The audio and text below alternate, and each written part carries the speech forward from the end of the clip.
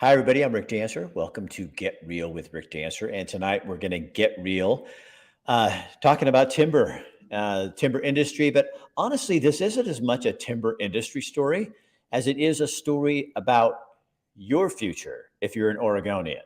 Because it's really easy to put this on, oh, the timber industry. But the timber industry directly impacts so many jobs in Oregon and so many people, and probably you, even if you work in the a different sector of the economy.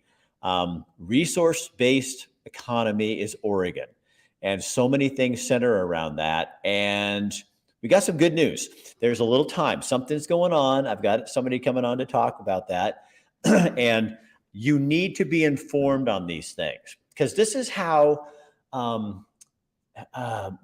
what's the word I am looking for? This is how agendas get made, is when Oregonians aren't paying attention and then stuff starts happening and it's almost too late by the time you find out. Well, it's not too late on the issue we're going to talk about. These are your forests. If you live in the state of Oregon, we're talking about your forest land, and they're talking, we'll explain that in a minute, about locking up a whole bunch of it, which is going to cost jobs. It's going to make housing more expensive, and it's going to really impact the state of Oregon. But we have a little window of time, and we're going to talk about that with a guest in just a second. First, I want to thank our sponsors tonight, Chris Dental Family Dentistry in Eugene. They're also a denture center now. So if you need partials, full dentures, the whole bit, they can take care of you. Crowns, your dental work, your regular hygiene stuff. If you sponsor our sponsors, that helps us and that helps them. This content doesn't come for free. I have to work. I'm a working Montanan / former Oregonian. So we do need to do that. Also, JDEV Enterprises. And you guys, I'm going to show you something. We're talking about housing. We're a lack of housing. We need housing. Well, JDEV Investments, they just took the old Super 8 motel down in Cresswell and renovated it. They're still in the process, and they have a bunch of studio apartments in there with kitchens, full-size refrigerators, really nice little places. Now, they are small. They're just studios right now. They do have some two-bedroom ones coming up soon. But these are available to rent right now. And to rent those, all you have to do is, I'm going to put the number up here, go to northwoodspm.com.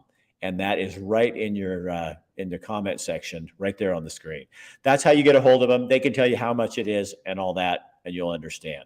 Our other sponsors, Albert Taylor, Endless Possibilities. Love these people. They work with people in our community with disabilities, or what I like to call different abilities. They're always looking for help, looking for people that want to change their lives. We're looking for people who want to have a job that when you go home at night, you understand that you've really made an impact in someone's lives. And we're going to be hearing from Mary Thompson at the end of the show. I have a little brief message from her that will play after all of that. Okay, let's get right to the topic. I love this name because it describes both Jennifer and me. Henri. The Oregon Natural Resources Industries. Yes, that's right. So why don't we start? So this is Jen Hamaker, and you're kind of the head cheese of that organization, right? I am right now. I am the president of Oregon Natural Resource Industries. We go by Henri because we do, in fact, get a little Henri at times. And that's what I like about you. One of the things. So tell people before we get started on this topic, tell people what it is that Henri does.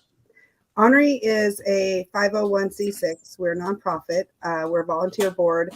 And our mission is to protect, defend, educate, and support natural resource industry, jobs, communities, businesses, and families. And we do. Right now, we're in a long session. So we're peeling apart bills and trying to get out information that's easily understandable to people so they're aware of what's going on. We talk all the time with legislators. We're not lobbyists for any industry. We consider ourselves kind of lobbyists for the people. and we don't get paid for doing it. We do it because we want to, because it's important. And there's some things that are happening in Oregon that are going to really hurt a lot of people. So, yeah, I was going to say, you guys really are. If you're not a lobbying group, but if you were, you really are lobbying for the people of Oregon. That's right. And it's not just timber that you're working in, because this is agriculture. This is everywhere from cranberry farmers down in Bandon, Oregon, to grass seed growers in Albany, to potato farmers over in Hermiston. I mean, you're representing anybody that's in ag. Do you think people in Oregon understand how much of the state centers around farming, agriculture, whether it's farming trees or potatoes or whatever? Yeah, no, I don't. So there's a couple things that Oregonians I don't think are aware of. First of all, Oregon is the #1 softwood producer in our country, which means lumber. Oregon is the #1 lumber producer in our country. We are also the #1 plywood producer in our country. We are also the #1 cross-laminated timber in our country. We have the biggest dairy in the United States and out in Boardman. I think 160,000 gallons is produced in Boardman every day, and they ship it over to Tillamook to make cheese.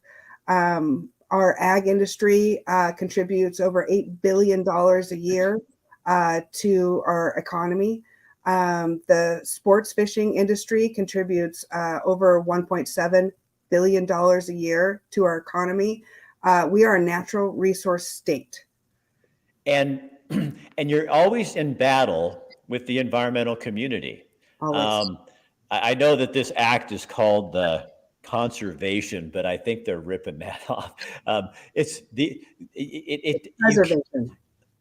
Preservation. So tell people, you want to start this conversation. So tell people what's going on with the Elliott State Forest. So the Elliott State Forest is the first state forest. Back in 1859, when we became a state, the federal government gave us, traded us for little parcels all over the state and gave us the Elliott State Forest. They gave us that forest for, they coupled it with the Common School Fund so that the harvest revenue from that forest went into the Common School Fund so that we can fund our schools in Oregon. How many acres is it? 80,000. Okay. Actually, the Elliott actually is 90,000 acres, but 80,000 acres got put into an HCP. Okay. Which devalued it to the point right now. So when it was given to us, I think we were at 60 million board feet. Right now we're over, I think, 800 billion board feet on that land. And the reason why is because they put an HCP on it. Now tell people what that is. An HCP is a habitat conservation plan. It locks up forests, and it's on a federal level. And it is, environmentalists really like it because they can continue using the spotted owl, the coho, the red tree vole, all of these different animals that are on the ESA, the endangered species list. Sorry, somebody's phone's ringing in the background. It's okay. But so they use these animals. Most of them should be delisted. The red tree vole, the coho salmon, especially in the Tillamook and Coos counties, we're at historic abundance levels right now. So that's a benchmark for them to start delisting it, but they haven't done that yet. It is in the works though. And then the red tree vole, that is a huge story. It has a lot of history to it, but basically it's going to be delisted at some point also. The spotted owl's population keeps reducing, but it's not because of the lack of critical habitat. Their two biggest threats to the spotted owl is wildfire and the barred owl. Right. And the barred owl was really causing the big problem that when this all surfaced back in the 90s. And the other thing, the point I want to make, because I know you know this probably too, but a lot of the spotted owl habitat up along the McKenzie River that was protected for spotted owl habitat burned to the ground because of our lack of forest management of fire. And so they actually destroyed their rules, destroyed the habitat that they were trying to protect. That's I mean, exactly. my God, this is absolutely insane. Yes, no, it absolutely is. And it goes so much farther than that too. With the coho salmon, they say that, right now in certain areas, they could delist it in certain areas. But they are saying that because there is a high fire risk around these waterways, because they put riparian buffers on them, huge riparian buffers on them, which means unmanaged timberland, which means Like, snags and grass and dry stuff, and which means kindling right, which means for lightning to strike and hit it and start a fire that's on the right. riparian zone that we're trying to have to protect the fish. It's a self-licking ice cream cone. It perpetuates the same results and keeps a lot of people employed. And it's not employing them in the timber industry. No, it's the environmentalists that keep on using the system, and they keep on winning lawsuit after lawsuit after lawsuit, and they keep on getting all this money because the state has to pay them, or whoever's, it's a self-licking ice cream cone, and we need to stop it. Jen, there is a bill in Montana, and I'm not going to speak eloquently on this because I'm not that informed, but you just made me think of this. And it has to do with somebody has written a bill about in terms of wildlife and hunting, and it would stop them. So they would have to put down a $500,000 bond in order to make a lawsuit against someone. And the whole idea is to stop these groups from just holding everything up because they can file a lawsuit for very little dollars. And if you had to put down a $500,000 bond, you're going to think twice about just getting out there and doing that. So actually, I read that bill, and you're absolutely right. And it actually goes up to $1 million once it has hit the court system that they can go up to. And I love that bill. I think I do too. I think it's necessary because really we've been held hostage in the state of Oregon. Lawsuit after lawsuit, every whisper of any kind of timber bid or timber sale, they're jumping down our throats, and we've already gone through the process. And you have to understand something about the timber industry. We only harvest on 60, 70 year rotations. So literally, so I'm 50 years old. Literally, we are planning harvest in 60 years from now. I'll be 110 or dead. So we the reason why we do that is because we let the trees grow and mature, and then it's the least amount of environmental impact, and the forests are healthier by doing it that way.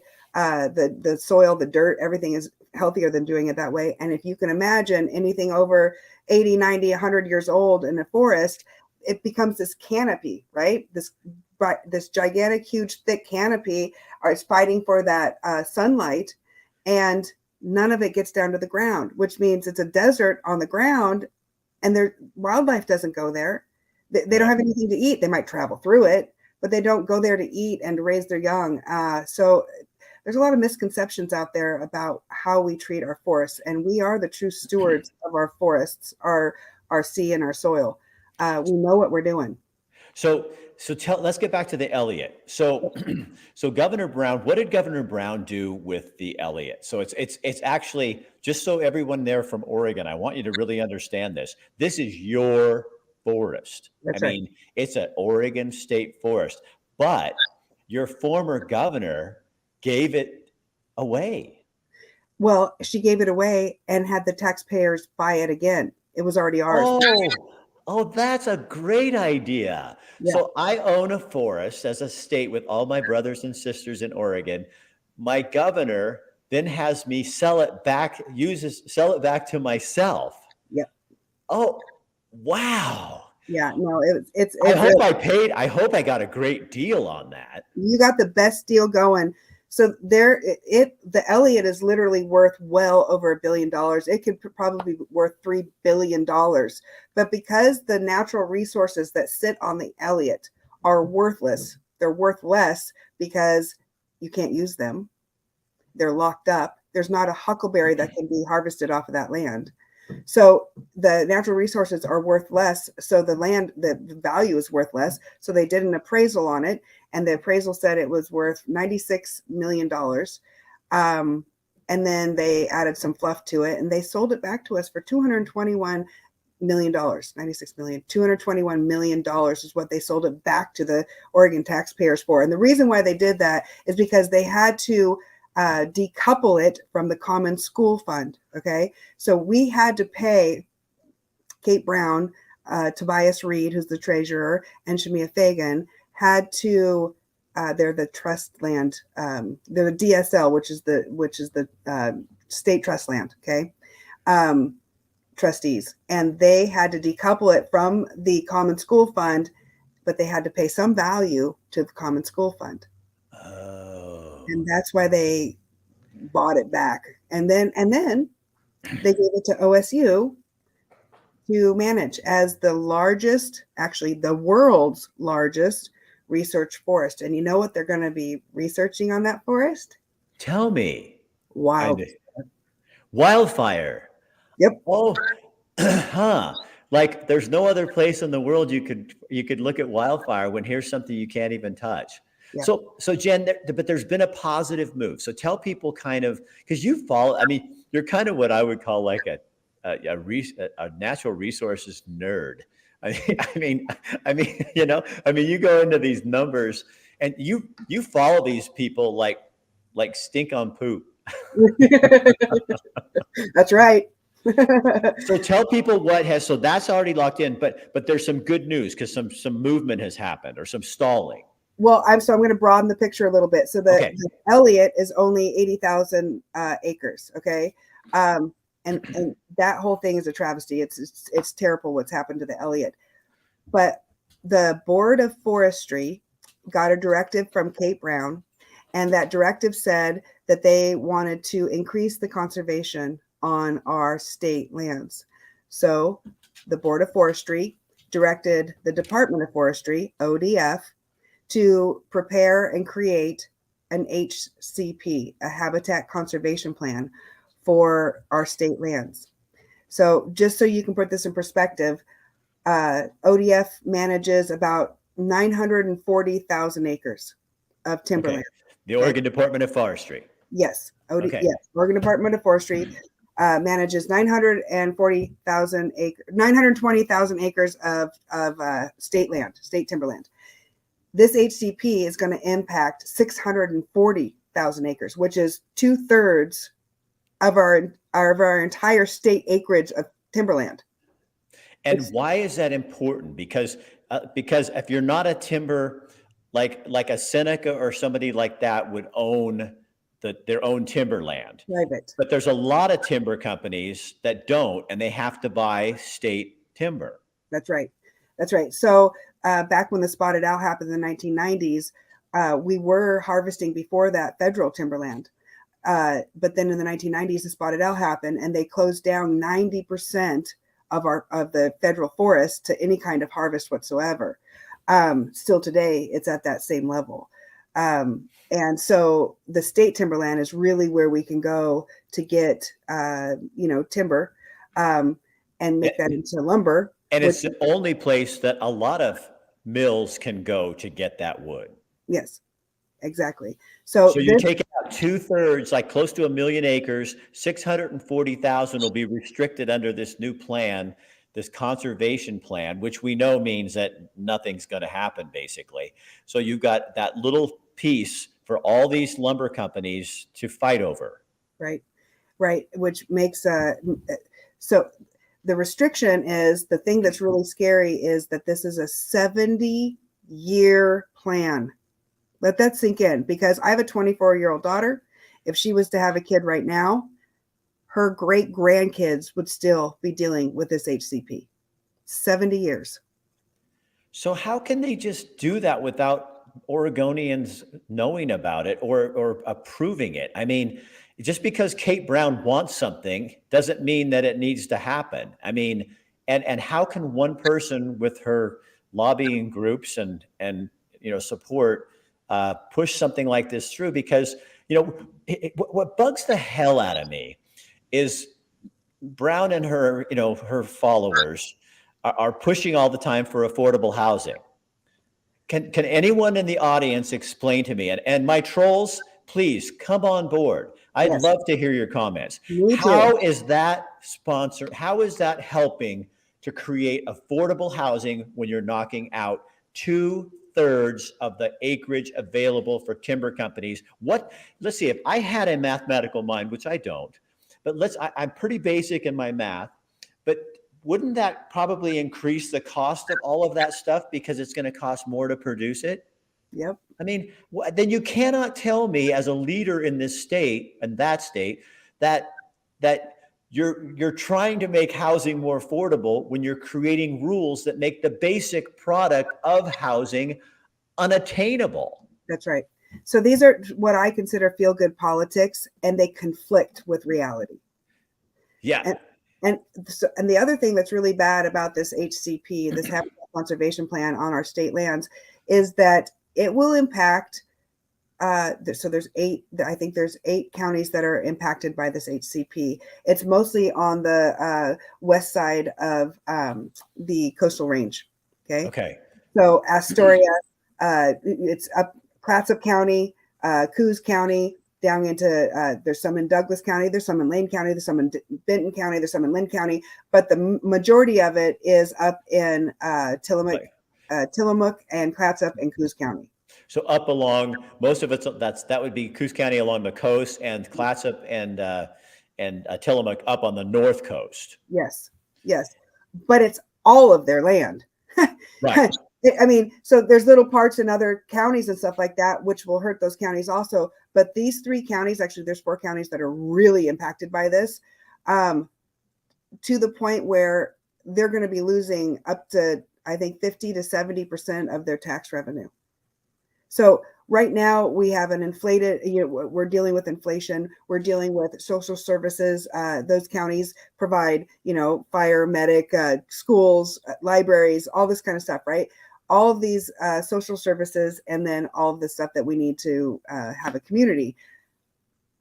With 70% of your tax revenue gone, with 50% of your tax revenue gone for 70 years. Yeah. What is that going to do? Well, remember, this is what happened when the spotted owl was listed in 1990s, is places like where I live, Lane County, we got money from what were called Oregon and California railroad lands. And that was money that went directly to schools. And none of these people who were all, oh, the poor owl, feeling all bad about this, none of them thought about the fact that you're taking out a huge chunk of money from your schools. And then they wonder why. Here we are, 30 years later or something? And our schools are numbered like 38th in the country for education report cards. People, good God, wake up. There's a cost. I know it makes your heart pitter patter when you think that we can just have all these trees. This is an agricultural crop. And we need it to provide not only good habitat for animals and recreation for Oregonians and visitors. Yeah, but to protect our water, but we need to be managing it so that we're not burning it all down in forest fires too. So you said there's a bright spot. What happened in this HTC that is a happy moment for us? Because I don't see a whole lot of them. I know, we don't either. And really, we watched the Board of Forestry pivot last Wednesday on the 15th of February. You can go on the ODF's YouTube channel and watch it. It's a 2-hour discussion. Anyways, what happened was there was so much public concern around this HCP that the Board of Forestry is required by law to hold public hearings once every quarter. So March 9th was supposed to be their quarterly public meeting. Well, they decided that there was too much on the agenda. This is their excuse. There's too much on their agenda, so they decided to hold an emergency meeting. Oh. We had 5 days in advance to know about this, and it was not a public meeting, but it was going to be broadcast to the public live. We were allowed that helps with public comments, because public comments just get in the way of a really good hearing. Right. Exactly. We're so distracting.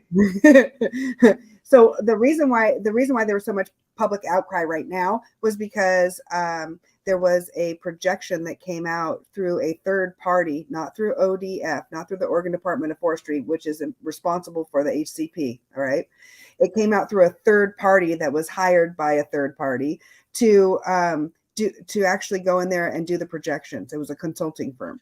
So wait. So the Oregon Department of Forestry does its projections. Right. So what happened was some timber-related groups went in, had a private entity do another look at that, and what did they find?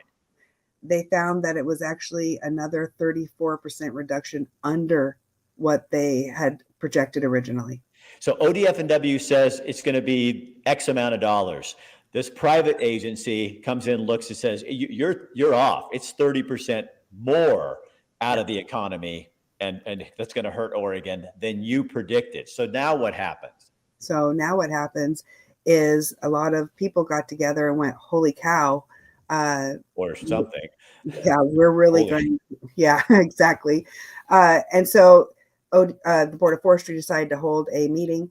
And in that meeting, there was a board member that made a motion to direct ODF to prepare a second HCP with the harvest levels increased instead of the way that they are now, and to move forward with that HCP instead of going down the path with this current HCP.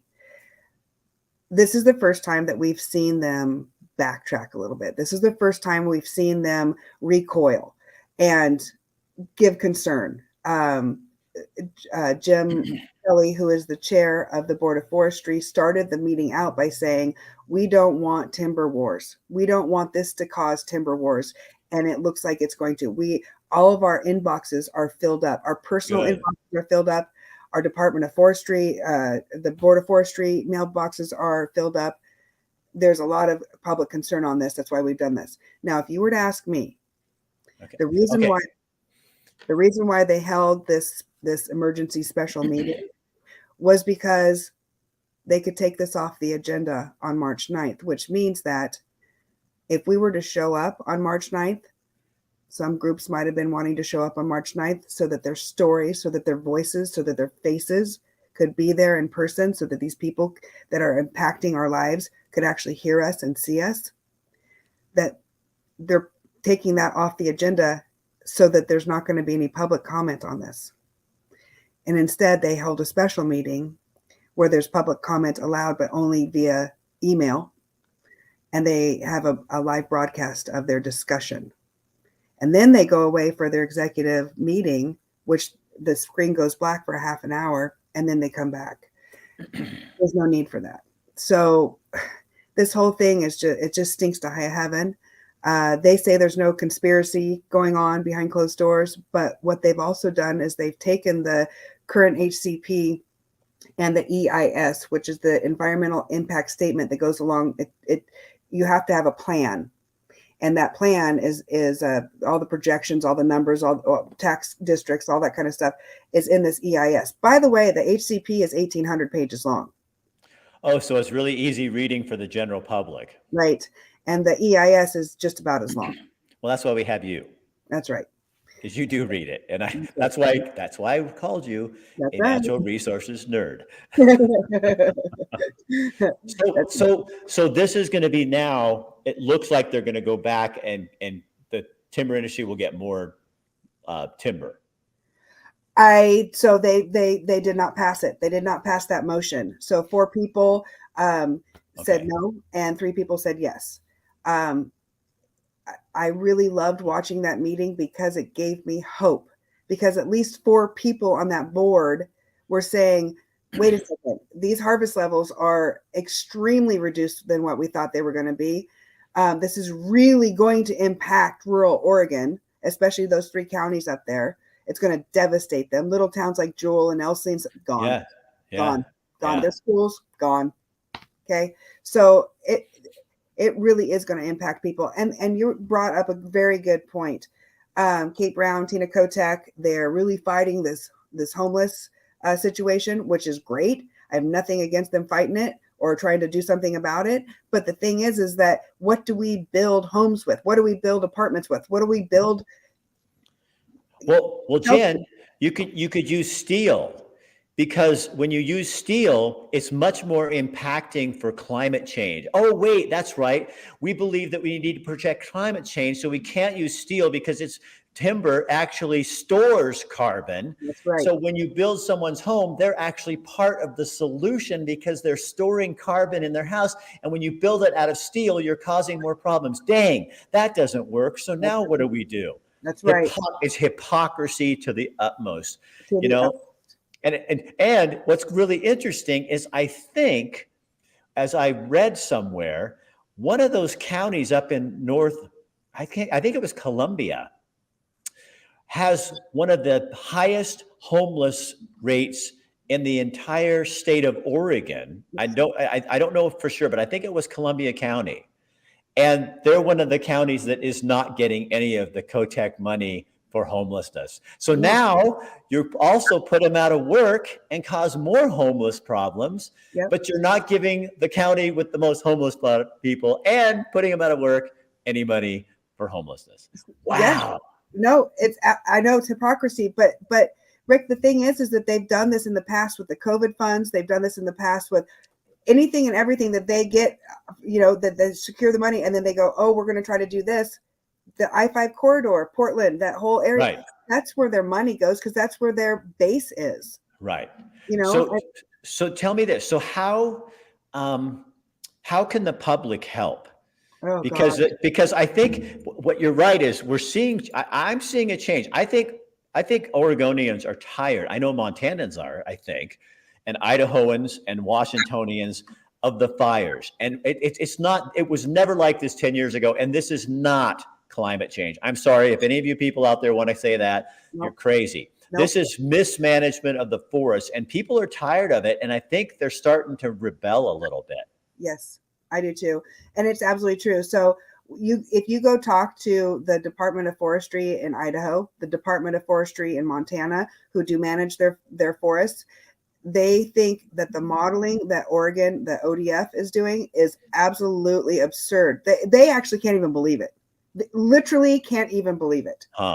So it's crazy. So what people can do is contact me. I will give you points that you can talk on.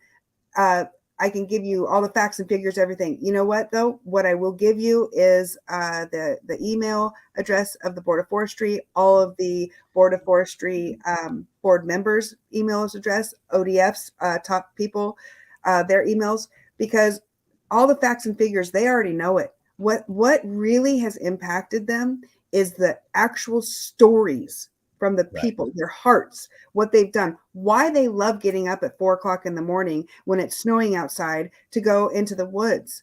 How do they raise their kids? These are generational jobs. People don't just wake up in the morning and go, oh, I want to be a logger today. Oh, I want to pull green chain today. No, they're generational jobs, and they're family wage jobs. So, and without them, how are you going to build homes? Right. And how are you going to take care of that? It's just crazy. So Jen Hamaker, ONRI, and Jen, you can go in there and put your email in the comment section, on YouTube or one of those, and because this won't be posted to Facebook till tomorrow, because I'm a very, very bad boy. Okay. And I'm in the Facebook punishment land for the next 49 days. So I can post this. This will get posted tonight or tomorrow on my page. And then you can see it and you can post it there. But I can't do lives because I'm just a 63-year-old delinquent. Jen, fight, Rick, and I appreciate it so much. I appreciate you helping me get the word out about this HCP. We have a little bit of time. They are supposed to be getting the draft EIS back into the public hands in June. They're supposed to vote to either approve this or reject this HCP in August. which is really scary because that's not very much time. And if they're No. going to release it in June and we only have until August to figure it out, and there's 1,800 pages, I'm really scared about this. So I Yeah. really want people to start paying attention. This impacts 2/3 of our state forests. And what it really does is it impacts the counties that rely on those funds, those harvest timber revenue. Right. Jen, thank you so much for joining us. Thank you. And you guys can also catch her because real soon I'm going to be teaching her how to do her own podcast because she's got so much information. You guys can go find out all the stuff you need to know without me. You don't need me. All right. Me. Yeah. All right. We'll talk to you later. Thank you. Bye, Jen. Okay. So this is the rubber hits the road kind of thing, guys. This is not one of those things. Oh, that's sad. And then you turn and walk away. This is your state. This is your state, and it's not right what they're doing. And I know, just of myself, I know of several mills who right now will be down, will be gone. And they're already looking at other states, other places to go. And unfortunately and that's just what they have to do to survive. But unfortunately for their employees, they can't just up. You think a lot of Oregonians left because of your dark time policies and some of the bullshit that's going on in Oregon? People like, oh yeah, me? Well, you wait till people have to leave because they can't make a living in your state because they don't work in high tech and they work at those good old jobs and feeding you and clothing you and housing you. What are you going to do without them? Just so you know, lumber doesn't grow at Home Depot. That's not where it grows. It doesn't grow there. You can't, Home Depot, eggs they come out of a chicken's ass. They don't come out of a carton. Okay. Milk comes out of an udder, which is like a teat on an animal. It doesn't come in a jar or a carton. And despite what you know, almonds don't have milk. So there's no such thing as almond milk. Have you ever tried to milk an almond? They have the smallest little teat you will ever find. And it is really hard. So you need to figure out where your food comes from and where your livelihood comes from, because if you don't, this is going to destroy you. I'm not kidding. So anyway, that's we're going to be telling this story about the truth about timber in a new project I'm going to be working on, and you're gonna learn. I had a young man. I was working on a project for a timber guy, doing a story about him, and went to a kid, good photographer, and said, yeah, this is what it's about. And he goes, no, I don't do things with the timber industry. I'm like, what? No, they're destroying our land. I said, what do you know about timber and the history and what they do for the land? And yeah, I mean, just like every industry in the past, there were mistakes made. People came in like big companies, but then there were other companies. I could tell you, I wonder if I could tell that story. God, I should tell that story. No, I probably can't tell that story. But I know of a lumber baron who came in here and saw what some of the big companies in the South were doing back in the 20s and 30s. And this person had this wild idea. Hey, what if we just bought up all that land and replanted it? And then we'll produce more timber. This is long before the Forest Practices Act.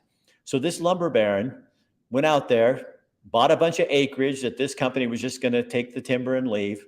And they did. And this guy started planting timber. And now 80 years later, it's a lush, beautiful place for animals to live and for people to harvest timber and for waterfalls to flow and rivers to flow, because he had an idea. And those are the people that you think you don't like because you have no idea that people even did that. So I hope we ruffle some feathers. And but the bottom line is, it's your state, it's your forest, and you're the only people that can fight for it. I can't do it for you. Jen can give you information, but she can't do it for you. She's going to do her part. But Oregonians, you can't be apathetic anymore. Your leaders are they're screwing you, and you've got to take a stand and stop it. Now, if you don't agree with me and you think there's something different going on, good, that's fine.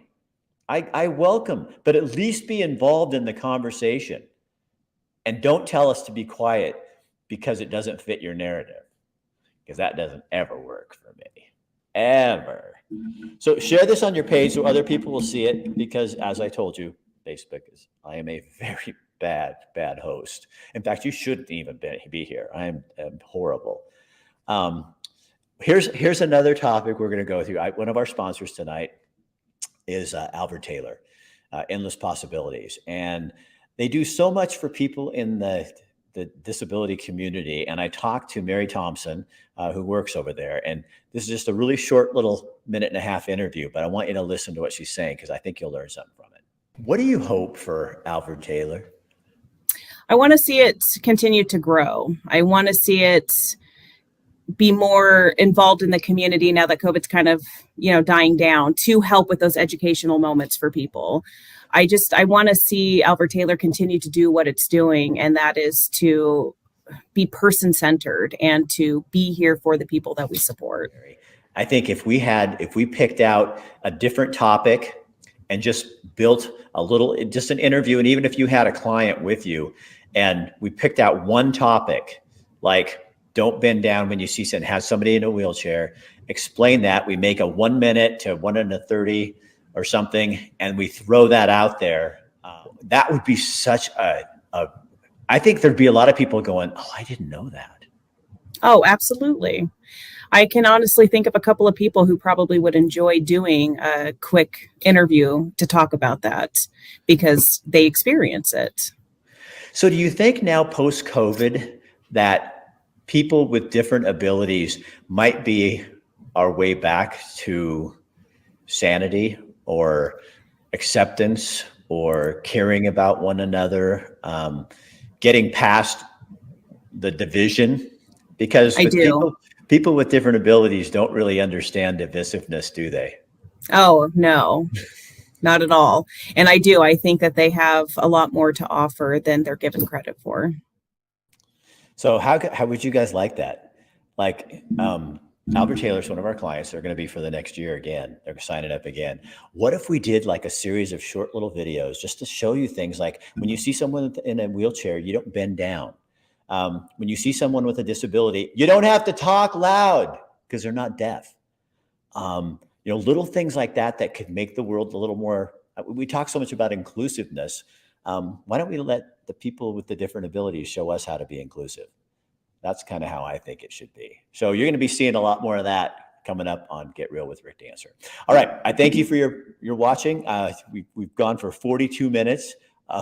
So share it on your page, and I will talk to you tomorrow night. We got Bill London coming. Or is that tomorrow night? Oh, no, tomorrow. Future Farmers of America are really getting big in Montana, and we're going to go to Townsend, Montana. That's where I live, to the high school. I'm going to go over there, talk to a bunch of kids, because this is FFA Ag Week. They're driving their tractors to school tomorrow.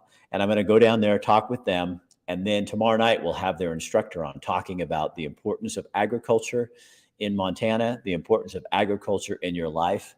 It's kind of a theme going here between Jen and FFA. So we'll see what happens with that. All right. We'll talk to you tomorrow. All right. Bye-bye.